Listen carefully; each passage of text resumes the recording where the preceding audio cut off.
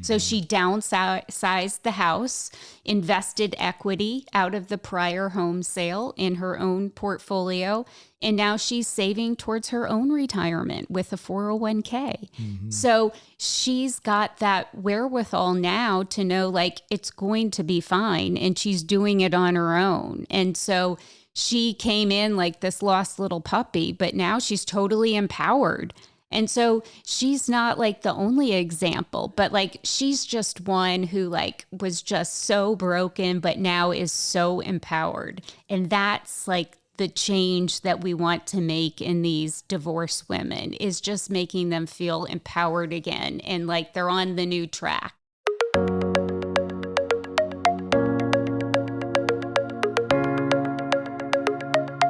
Welcome to Wiser Retirement Podcast, where we believe the best financial advice should always be conflict-free. I'm your host, Casey Smith. Guiding you to financial freedom today is my co-host, the award-winning world's best financial planner, Missy Beach. Hey, Missy. Hi, Casey. How are you doing? Good. So this is the first episode you've been back on since your major award.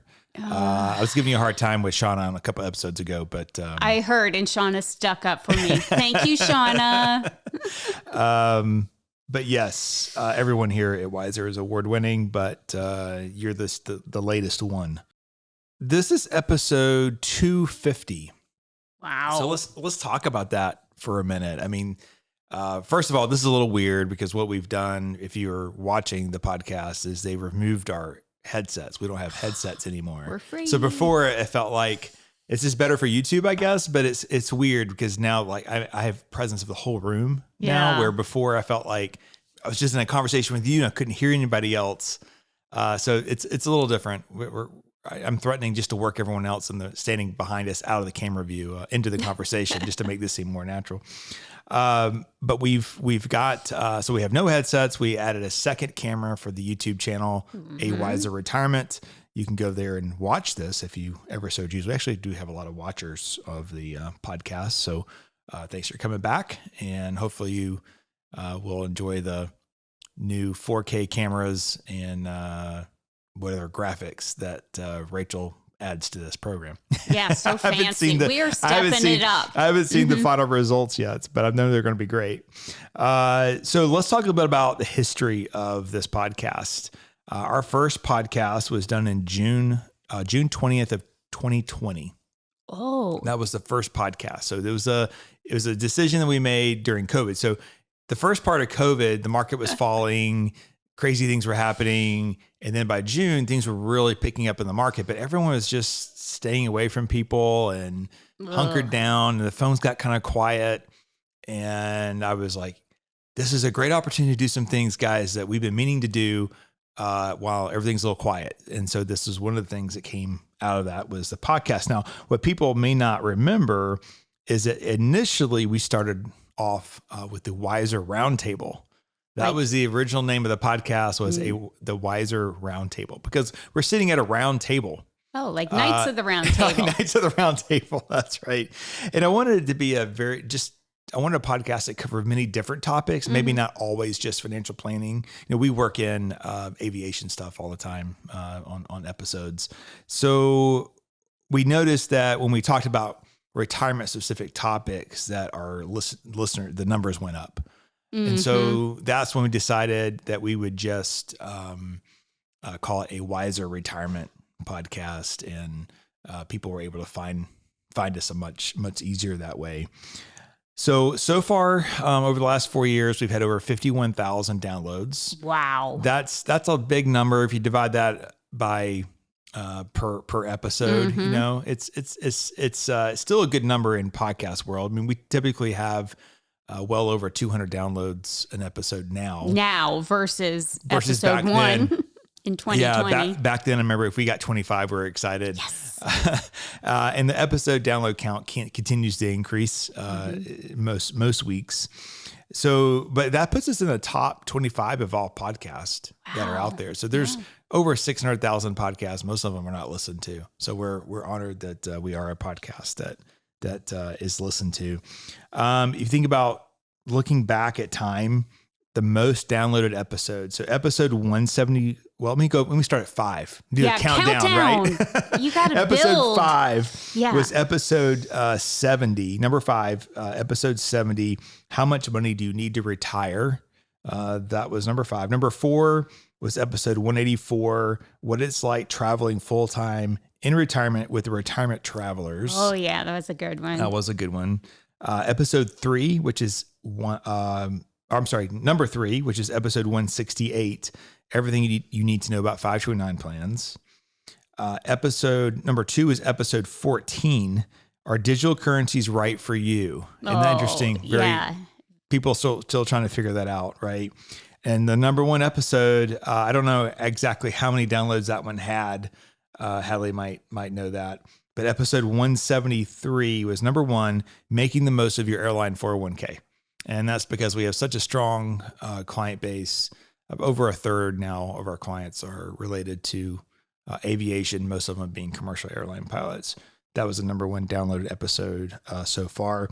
We have one episode in the hopper for November 11th. I'm really excited about. I just recorded it yesterday. And that's with Courtney Miller talking about the future of the airline industry. And I think that's going to be a big one. That's an hour and 10-minute episode.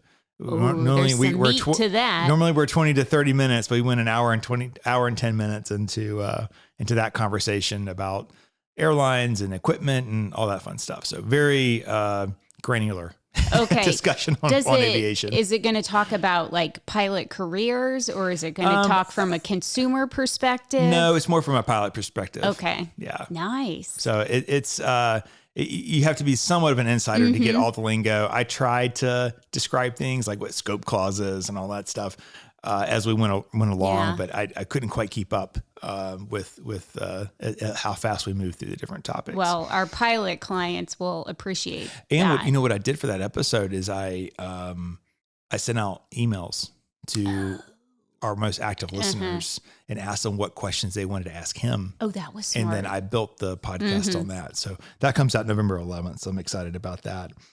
So let's talk about, we don't have a specific topic that we were going to cover for episode 250. It's a bit of celebration, bit of a test episode. We have new equipment. We have new background, same room, but different setup. So let's talk about some of our success stories over the last few years. Yeah. I mean, there's so many to choose from because everybody's unique. No one goes down that same path. Yeah. The framework is always going to be the same and the same, check boxes, but everybody goes down it at a different pace. People may take divergent paths to get to that ultimate goal, right? But it's never the same. But I love some of like those tangents that people go off on. Like I'll start with one, which I just thought was crazy. And we're on that pilot theme. We had a pilot that came in that was just dead set on, he didn't like debt. And hey, we don't like debt either. Right. So his mission was to pay off his primary mortgage. And hey, Weiser's all behind that. By the time you get to retirement, yes, it's all about cash flow freedom, pay off that primary mortgage. Well, he was an eager beaver. He wanted to do it in 1 year. So he had about $250,000 left on that primary mortgage. Well, as a pilot, you have that luxury sometimes of picking up those green slips or maybe even those silver slips that are, like candy out there these days. He did it in 1 year. Wow. Okay. His wife admitted she never saw him because he was always on the road, but he was able to pick up enough trips, build out that schedule, paid it off in 1 year. Granted, it was not the best year because he was always in the air, but he set his mind to it, paid off the mortgage, and then dropped back to a much more normal schedule the subsequent year. But hey, set a goal, attain it, and then move on. So I was like, gosh, that's a success story. And you think of how volatile the airline industry can be. That's a great defensive play because, you look at Spirit right now on the verge of bankruptcy. Maybe by the time this gets published, they're in bankruptcy, but yeah, not every airline is experiencing the best life ever right Well, now. and that's an example of this was a pilot who had been through the very lean years of the airline industry, and he knew the famine years. So he's like, well, it's good. I've got to make hay. And so he used his position and was like, hey, I can get these great hours and trips now, so I'm going to pay off the mortgage while I can because I don't know what the future might hold. Right. And in the pilot situation, medical is always the issue. So Sure. he's like, well, I have great health. I'm going to use it to my advantage. That's a lot of times people walk in, I think, with planning. So a lot of people could probably figure this out on their own, but they really want our calculations to give them the confidence that they can execute something. You're right. Just that validation. Yeah. Like, does this make sense? Or is that the best choice? When I was a new planner, I remember the agony that I would have and knowing that I had to tell someone that they couldn't do something. Oh, I know. It's the It was worst horrible. feeling. And, and now you have to be careful with your words. You don't want to hurt people's feelings. But now I feel like they're paying me to tell them the honest truth. And so when I deliver the truth, they already know it. Yeah, they know deep down. Yeah. And okay, we figured this wouldn't work. I'm like, are you kidding me? I didn't sleep for the last 3 days. Like, you already knew that? You already knew that, right? Why are you asking? Right. Or or a grasping. situation where I had to tell someone, no, you can't buy this house. Yeah. And I remember it was a Saturday. I got a text from them and say, hey, this is a house we want to buy. And I think it was like mowing the grass or something. I had to walk inside, booted up my computer, and I did the math, and I was like, "Oh no, we can't. No, this is not good." And so I didn't want to text them back, so I picked up the phone and called them and said, "This is out of reach." And they're like, "Oh, we figured you would say that. We had a plan B. We have another house that we also like." Okay. I was like, "What the heck?" So it's just maybe we just care too much, but. Exactly. You don't want to tell anybody no. No, you don't want to. No. But sometimes you have to for the benefit of them. But and we forget that sometimes people are just throwing these pie in the sky things out there. Correct. Because some people will believe those things are possible. True. And they'll just try anything because they live with blinders on and aren't as in touch with their finances yet until we make them in touch. I think over the years, another thing too is people come in with just crazy portfolios. They have a lot of individual stocks. They have mutual funds left over from the 80s and 90s. And we immediately see a path and say, ooh, this could be optimized way better. And this is the way to do it. And I still have a little hesitancy sometimes in those conversations because people get emotional with their it's hard with their possessions, especially their stocks, or scenarios where you have someone who picked a stock who's lost a lot of money.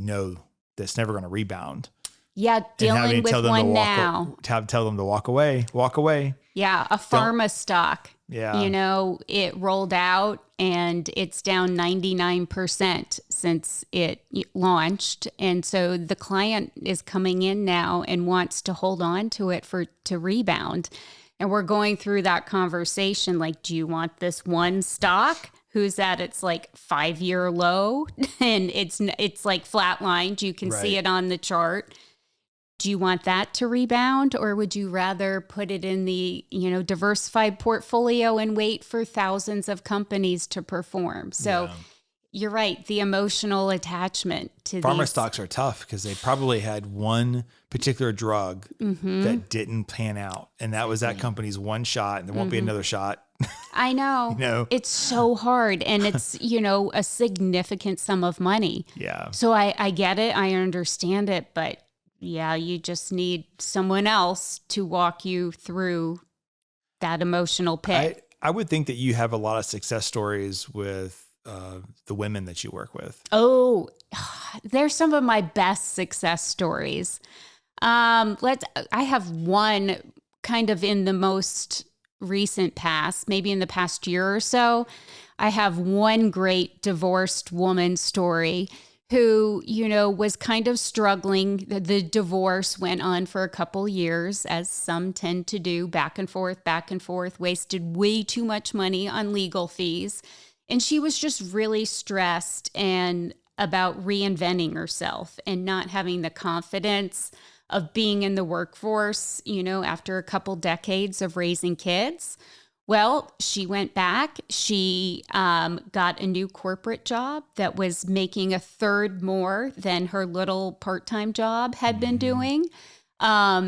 She got out of the big family house, liquidated that because we realized that was not going to make sense to hold on to. She did not need that now that the kids were gone. So we went through that kind of very emotional exercise of letting that go, knowing that the kids did not need to come home to the family house just because they were in college. They could come home to a nice new house. Mm-hmm. So she downsized the house, invested equity out of the prior home sale in her own portfolio, and now she's saving towards her own retirement with a 401k. Mm-hmm. So she's got that wherewithal now to know it's going to be fine, and she's doing it on her own. And so she came in like this lost little puppy, but now she's totally empowered.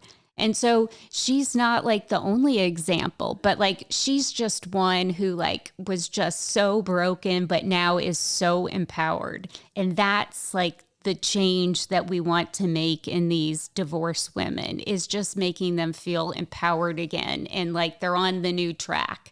So that's the win that I love to see. We have, it's not a divorce situation, but we have a more of an elder situation. I think a lot of what we do is clean up messes from other advisors. And so Shauna, that's hard. I did not work with this person directly, but Shauna came in and said, "Hey, I've got this older lady who her husband has dementia. She went down to a financial advisor who sold her a bunch of annuities, and they have medical issues. They need to make some withdrawals. They have enough money, but they need to make some withdrawals, but they can't because it's greater than 10% of the value of the annuity, and there's going to be penalties involved." And I'm like, what the heck? Who puts this much money into annuities? Well, she didn't know any better. The guy was a CFP, but it doesn't matter. No, because he's working for a firm who doesn't honor his fiduciary oath. So in the end, this is why we work as a team. So Superstar Michaela started looking through the documents, and she says, "Hey, didn't you say the lady's also sick?" Oh, and very sick. And Shauna was like, "Oh yeah, she is." And she's like, "Well, she has cancer. She's probably not going to die of this cancer necessarily, but nevertheless, it's cancer." And that's what got her out of the annuity policies. We were able to use a cancer clause to get her out of the annuities. Oh, that's right. And the doctor wrote a note. We got the doctor to write a note, and we were able to undo all those annuity policies. Able to get money where it's growing again, because it's not going to grow with all the fees inside of an annuity. It takes really large market movements. Oh, absolutely. To drag an annuity to the up positive category. Oh, and you know what was a little insult to injury with that situation is the annuity company didn't process it correctly. No. They sent it out with all the penalties taken out. All the penalties, yeah. And so Shauna had to bulldog that on behalf of the client and say, no, take these checks back. You processed that wrong. Right. And so on behalf of the client, Shauna had to advocate and say, nope, take these back, do it right. Yeah. Because the annuity companies will just try anything to just, Yeah, make a buck. I did a little piece for our YouTube channel that I guess I'll post today, next week, somewhere in there. It's for World Financial Planning Day. And I did a little study on all the countries that don't allow products to pay the advice giver. Of all the developed countries, really, we were like the last ones that allow this to happen. So those annuity sales will keep happening because they don't have to work in your best interest. It's just suitability. But it's a very interesting, I don't know. It's just very sad. And I get emails. I had an email from a very nice lady who said she bought an annuity and she's so glad that she bought an annuity but she bought a fixed annuity. That's very different. That's saying, I don't want to take any risk. I'm going to give you this $300,000, $200,000, and you're going to send me a payment for the rest of my life. That's going to supplement my Social Security, and I'll be just fine. Yeah. And that's what you want to do. I don't have a problem with that. I have a problem with money that needs to grow. Yes. And it's not going to grow inside these variable annuities. Index annuities are probably the worst. Oh yeah, indexed. So anyway, but that was a case where we're able to really save the family. Oh my gosh. From a very, very bad advisor who unfortunately can't be punished because he did everything within the law. I know. That's what stinks about it. She was suitable for all that, right? Yeah. So suitable. That term is just evil.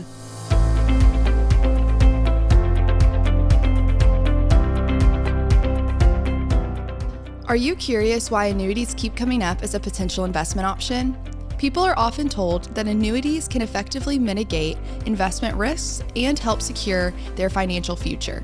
However, annuities often benefit the salesperson and might not be the best choice for you as a consumer. To learn more about the various types of annuities, the negatives of owning them, and better investment alternatives, we have a free ebook on our website just for you. To download our ebook, Buyer Beware, Why Do They Keep Trying to Sell You That Annuity? Simply click the link in the episode notes or visit wiserinvestor.com/guides. Now let's get back to the episode. So you and Michaela also work with a lot of young people. Oh gosh, yeah. So there's totally so many young people out there that have a lot of student loans. So recently we came across a young professional that had over $300,000 in student loans from law school. And maybe some were a rollover from undergrad as well. But these still stayed as government loans. So they had never been rolled over or consolidated. So that was a key.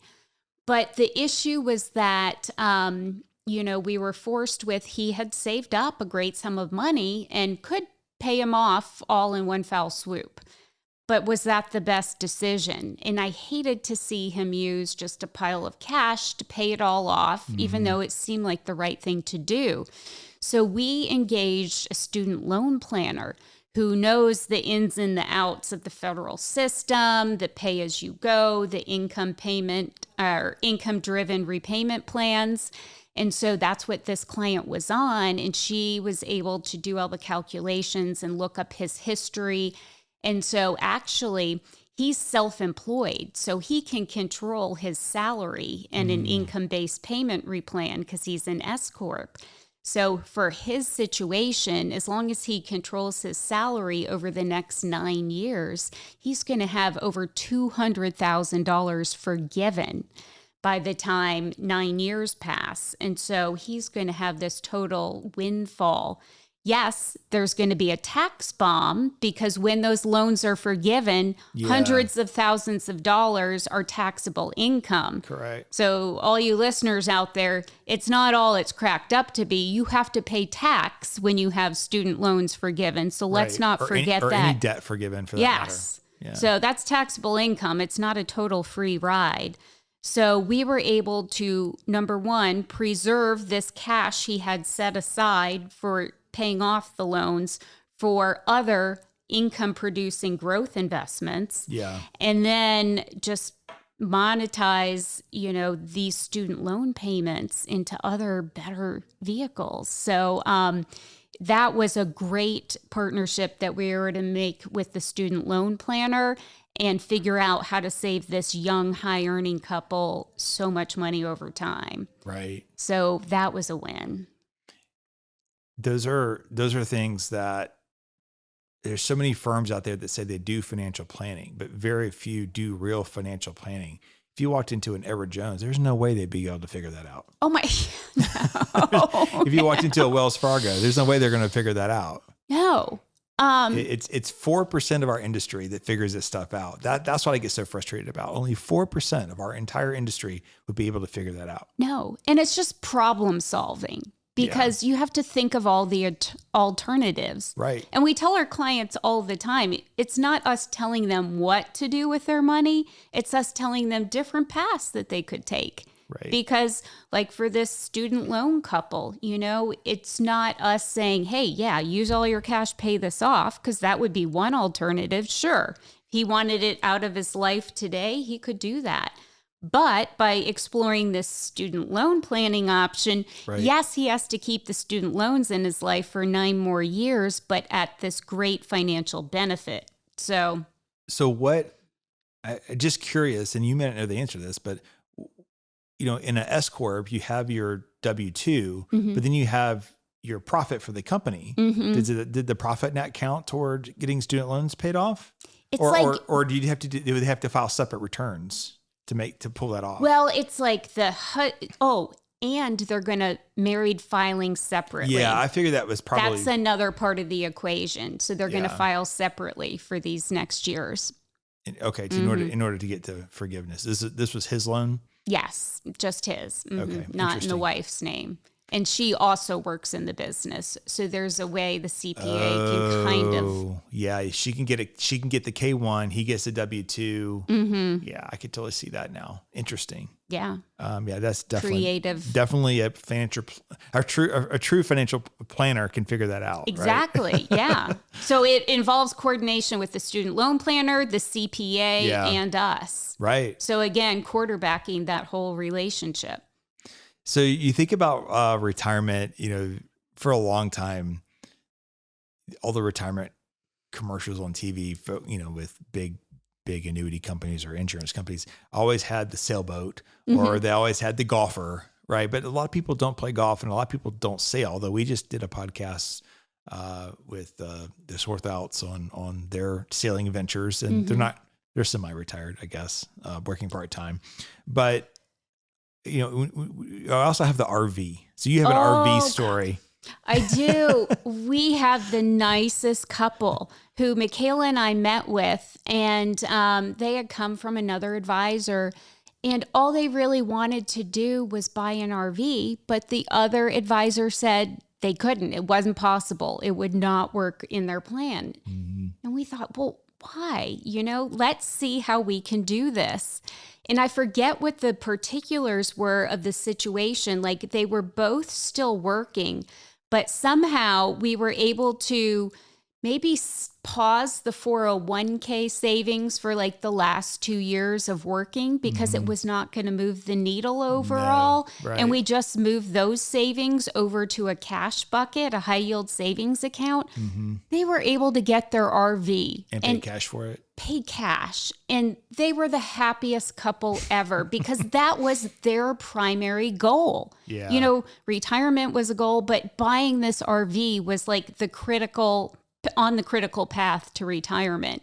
And so for us to find a way to fund that and not sacrifice the retirement goal, it was like they won the lottery. And so to make that happen for them creatively, and it wasn't like a big sacrifice to move a couple years of 401k savings over there. I mean, it didn't impact their retirement spending dramatically. People don't realize that. It's not saving in the beginning is super costly. The middle is very important, but near the end, that maxing out that 401k doesn't have as big of an impact as you would think. Exactly. Partially because all the compounding's already happened at that point, right? The snowballs should be already pretty big.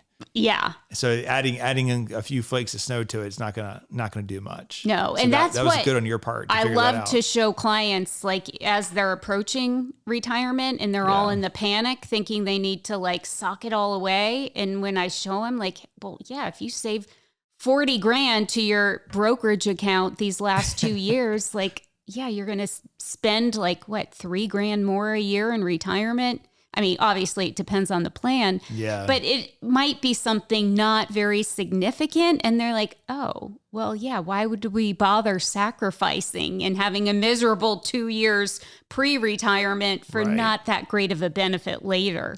Yeah, exactly. So that's the value I think that software provides when used properly. So we know how to manipulate it to turn these emotional decisions into purely economic choices. I think that every decision or every plan that we've helped with has been a success story in some form or fashion. what I do is, or what our system does, is we have a lot of efficiencies here and use a lot of technology, but we send out a planning survey after all the plans are done. And I share those with you guys when they come back, but we've never had anyone complain that the planning process was not worth it. I've had people who hired us just to manage money for them, who refused to go through the planning process. And I said, I will not manage your assets until you've gone through the planning process, period. And so they go kicking and screaming. And when they get to the other end, that's all they want to talk about. When they come in for the review meetings, they are anxious about the plan. They don't ever ask about assets under management or what the rate of return is. They just want to know, hey, does the plan still say I'm okay? Exactly. It's the peace of mind. So it's like, I always like, we're a financial planning firm that does asset management. And there's the contrast, there's asset management firms that try to do financial planning, but they're not really wired that way. No, it's almost like they do it because they feel like they have to say they do it. And so Right, it's to like show they value. just punch numbers in their software just to spit out a plan, but it's not really a meaningful plan. No, it's a time value money calculation. And basically it's, it's not covering everything. No, it's really not. It's like we took a deep dive into clients' property casualty a few years ago. Now it's part of our regular routine of checking in once a year. But the in Atlanta area, especially, we've had such an increase in value of homes that a lot of people are underinsured. Oh, yeah, and you got to remember, huge. These property casualty agents, as nice as they are, they have thousands of clients on their rosters, and they don't have time to call you up and review all your policies. And plus, if they did, you'd probably be like, well, why are you going to add this? When it's coming from a third party who doesn't benefit from you getting more insurance, it's a very different thing. And so we started realizing that a lot of people's homes are undervalued. If they lost their home, they were not going to get the full home back. And then a lot of people didn't have flood insurance, not from water outside, but in pipes flooding the house. Or the sewer system, the water backup, that's what it is. Yeah. Not your faucet, but your drain coming the wrong direction. That was like $10 a month. Most people didn't have that in their policies. And that's the most common way a house floods, actually. So the uninsured, underinsured motorists, not everybody has that. Right. Bye. So that's part of the planning process, is not just about, do I have enough money to get to where I'm going, but hey, have I mitigated my risk? Yeah. As best as I can. Can I protect the nest egg? Or people that have two homes, but maybe the second home's like an Airbnb kind of situation. And their umbrella policy doesn't cover nightly rentals. Yeah. It's very important that those things get reviewed, and then you can go into estate planning. Same thing. We had someone recently who came in who said, yeah, my estate planning's current. And we started looking, I just pulled it up on the screen, and we all decided that, okay, it's not current because these people aren't living anymore. I have this document, but is that document reviewed? So it's looking at the whole picture, which is part of the review process. But even in the initial planning, that's important as well. Although I feel like with estate planning, initially, most people are just getting the documents because they don't have them at all. Yeah. Absolutely. But it takes a really good team. I keep saying this on our podcast, but I work with a lot of existing clients. I don't work with as many new clients unless they're business owners, because that's kind of my specialty. I love talking to the airline pilots, but you guys can do that just as well as I can. We know the lingo now. But yes, you guys need wings. I get you some wings. But it's great to see how our team works, where we have you as a senior planner, Shauna as a senior planner, and then we have Grace, Michaela, and William, who are all studying for certifications or the CFP, who are doing a lot of the legwork for our plans. And we sit here on Mondays and we do we review all the plans together. So it creates a really good environment for making sure the clients are getting the best advice with multiple people looking at them. Absolutely. So. And developing like our planning associates into the next generation of wiser, I think is awesome. And those Monday sessions where we all collaborate on client plans is invaluable, because most firms don't do that. Right. It's just like an individual working on a plan, giving it to a That's client. true. A lot of people go to these big firms thinking that oh, this is better. I have Bigger's more people. better. Nope. But actually, it's almost like working with a person who just is themselves and a secretary. Yes. Because it doesn't work that way at big firms. They don't work together. There's just a lot of people with one advisor. Yeah. I've been at those big firms and operated in that system. And you don't get as good of a product, because that's what I tell clients during the consultation. I'm like, you have more brains like collaborating and thinking of alternatives on your plan, and second guessing and challenging, saying, why this? Have you considered that? Right. And so I feel like, wow, our plans are so robust, and we think of more scenarios and just challenge each other to make it better. So I love our Monday meetings. Well, certainly we like to see successful clients, even if they come in, they don't feel like they're successful, but showing them that they can be or are is always a fun process. And I thought it was a great way to celebrate episode 250 was kind of rehashing those. The names are protected or names are redacted to protect the guilty or innocent, right? They're all innocent. So anyway, we, again, thank you for listening. We really value our listeners. Always feel free to shoot us emails. If you have questions, maybe topics that you'd like to see us cover. We've done that a few times. Those are really popular episodes. But anyway, thanks for listening to today's episode. Interested in learning more about our firm, you can always go to wiserinvestor.com or click on the show notes. See you again soon, Missy. All right.